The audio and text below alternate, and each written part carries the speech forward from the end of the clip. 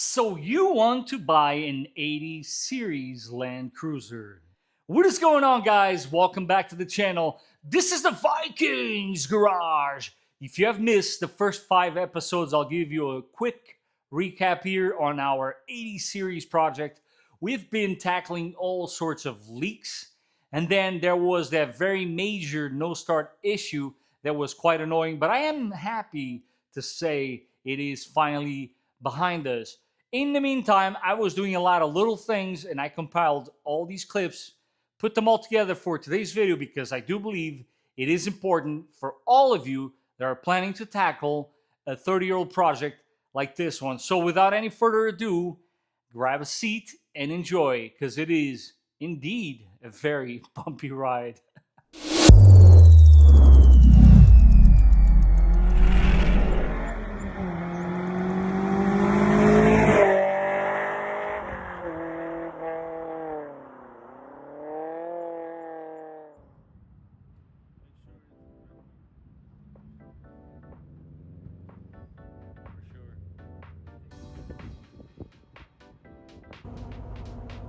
I know I definitely got to be focusing on the road because this is a bit sketchy, but I figure I document it.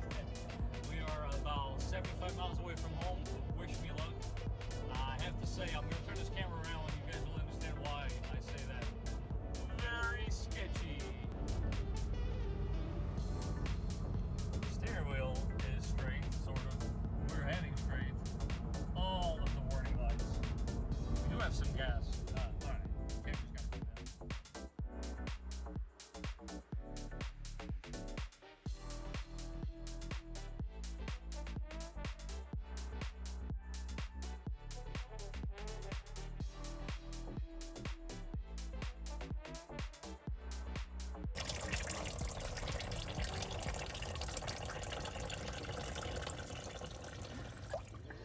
All right, and a couple of hoses later, actually, why don't I show you guys the before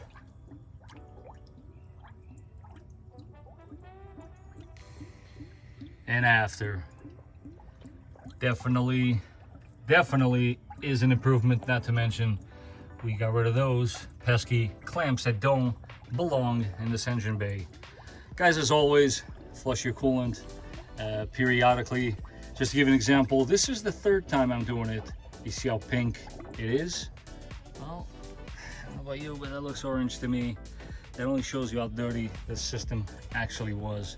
And I'm gonna let her run, and once the bubbles stop, we go ahead and call this small repair done.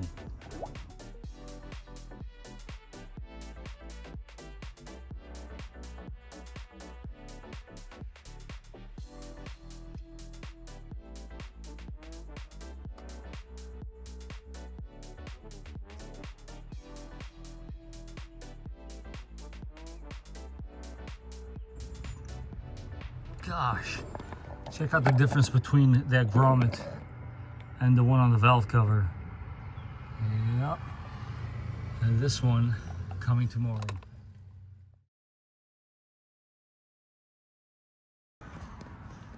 This is probably one of those things I should be showing it step by step, but sometimes I forget to grab the camera, guys. You gotta forgive me.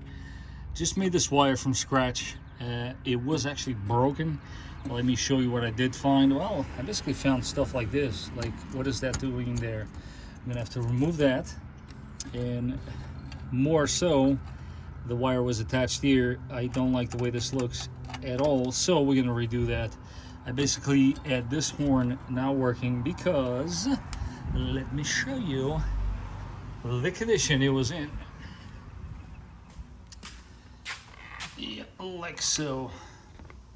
This was basically busted off. So we built that wire. Now I'm gonna redo the other one because OCD things. And now let me show you where we're at. Both wires redone, plugged where they need to be plugged, right? And you would think that this horn would be blowing. Nope, it's not blow at all. And furthermore, the relay, which is right over here is clicking. So, because I don't have a test light, I'm going to show you a really quick way how you can test your horn as long as you got a 12-volt power source. All right, so we fixed the ground. That didn't fix it.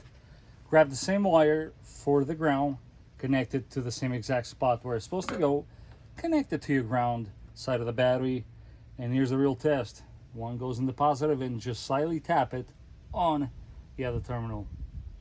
There you have it. Horn is good.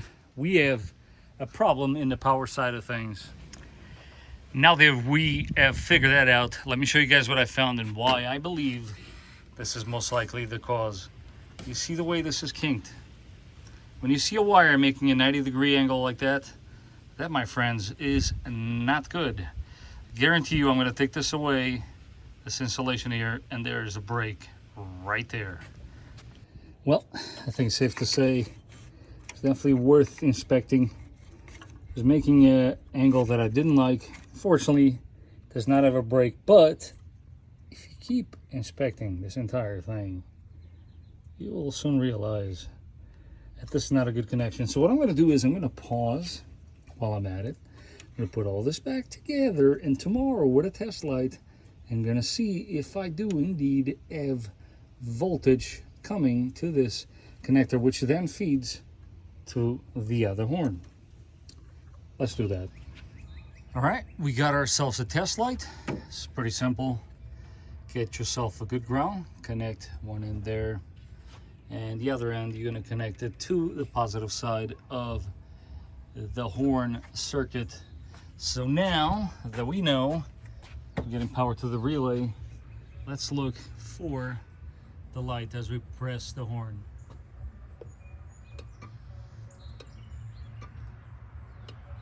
Yep, we got voltage. So a little more digging, and it turns out that these kind of horns actually need a lot more power than it's been being supplied. So I guess we will be ordering horns. And of course the plot thickens. I said to myself, well, let me leave one unplugged and plugged just one, and let's see what happens, shall we? Yeah, turns out when you have both plugged in, they will not sound. And the take I'm going to go here is the output on these, because they are aftermarket after all, is so high that it's not enough juice for both of them. So for now, I'm going to leave only one plugged in until I decide to go ahead and bring this back to OEM spec.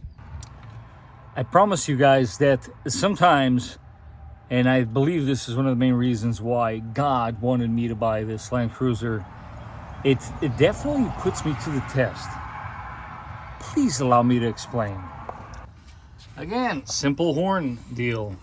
Now I have one plugged in, another one plugged in. I was told that this needs more juice than what it's getting. But what do you know? I plug it back in again, and please, those of you with headphones, beware. Yep, they're both working now. Very loud and clear. So I think what we're gonna do here is redo the wires on the positive side as well, because at the end of the day, looking here, this is seen better days, and I should probably clean that up a little better. But there you go. Sometimes very simple circuit can throw you for a loop. But hey, there's always ways of testing it out.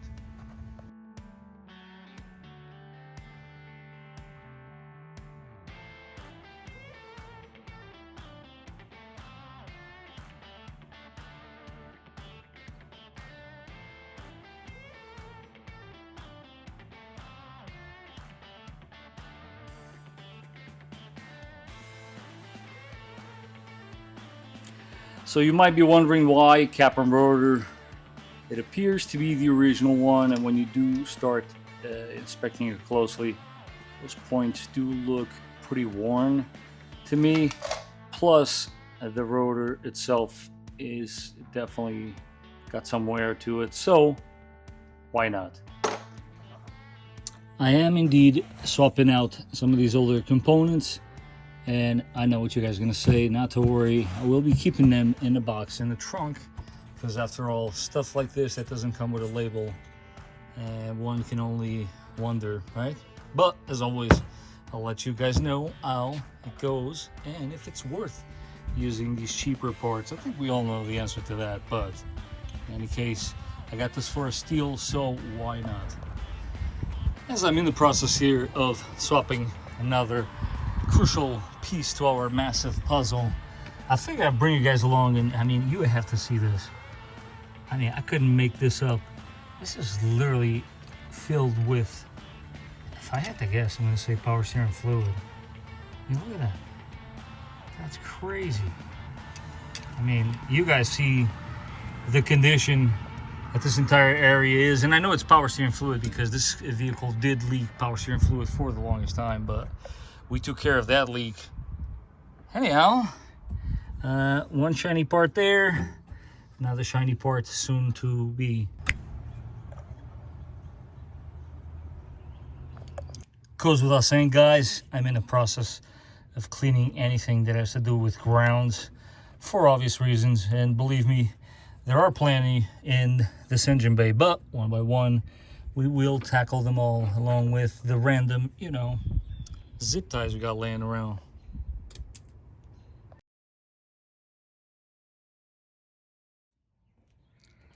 Here's another common problem that you will find with just about every 80 series Land Cruiser.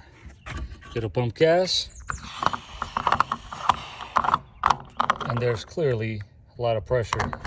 Here's your fix for less than 80 bucks. What you need is an Evap vapor canister. Here's your part number if you choose to go aftermarket.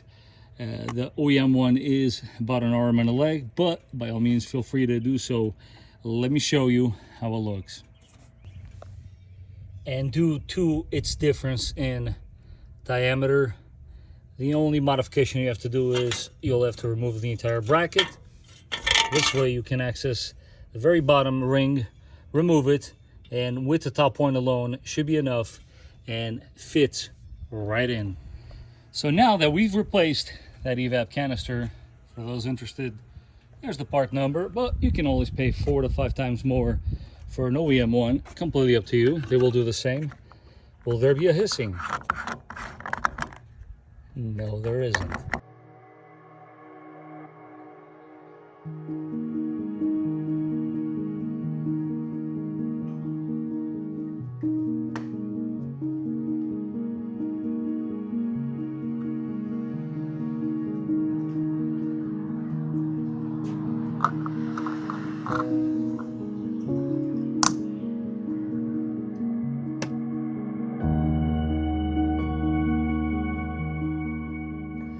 And when it comes to a 30-year-old vehicle, it goes without saying that electric gremlins are going to happen. Guys, I just about checked and swapped every single fuse that you can think of, and also one relay.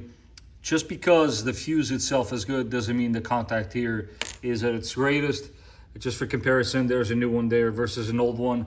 Guys, some of the fuses on this vehicle, if you see green, that is always not a good sign, and I couldn't tell you how happy I was that I was able to find some of these fuses. I did also replace this relay. This relay is super important if you have starting issues, and I'll show you in a second where it's located. For those of you that missed the previous episode, I did also, of course, replace the OEM starter with OEM Denso unit, and the relay in question is this one right here, which is your EFI main. This EFI main is known for causing all sorts of starting issues. There's a couple of the fuses that I was referring to, but every other fuse that you'll see here, it has been replaced. Another very common issue is your fusible link. This is a very common one. It's found all over the internet. If I'm missing something, guys, don't forget to leave it in the comment section down below. At the end of the day, starting issues on these vehicles are pretty common. And over here on my fuse block inside the vehicle. Every single fuse you see here has been replaced. It includes the 40 and the 30. So yeah, guys, check your fuses and replace all necessary relays.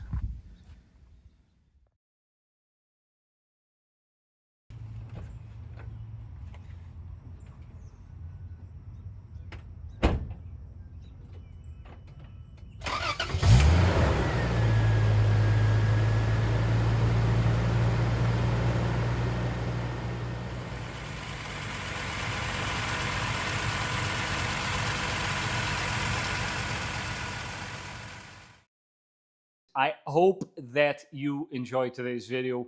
If I missed anything as far as the no start, please let me know in the comment section down below. I think you guys can understand that the harness itself was a major player when it came to correcting that issue. But I do want to leave you guys with this. I was once asked, you have a newer vehicle, why are you driving a 30-year-old Land Cruiser? So that made me think, hear me out. So with a more engaging and mechanical feel, and it has that build to last philosophy, you feel it every time you get in it. It has a very distinct character and a very engaging driving connection with me, the driver. To me, guys, it's always ready for travel, and when you get in it, it's an adventure every time because it is so simple and honest and raw, visceral experience, right?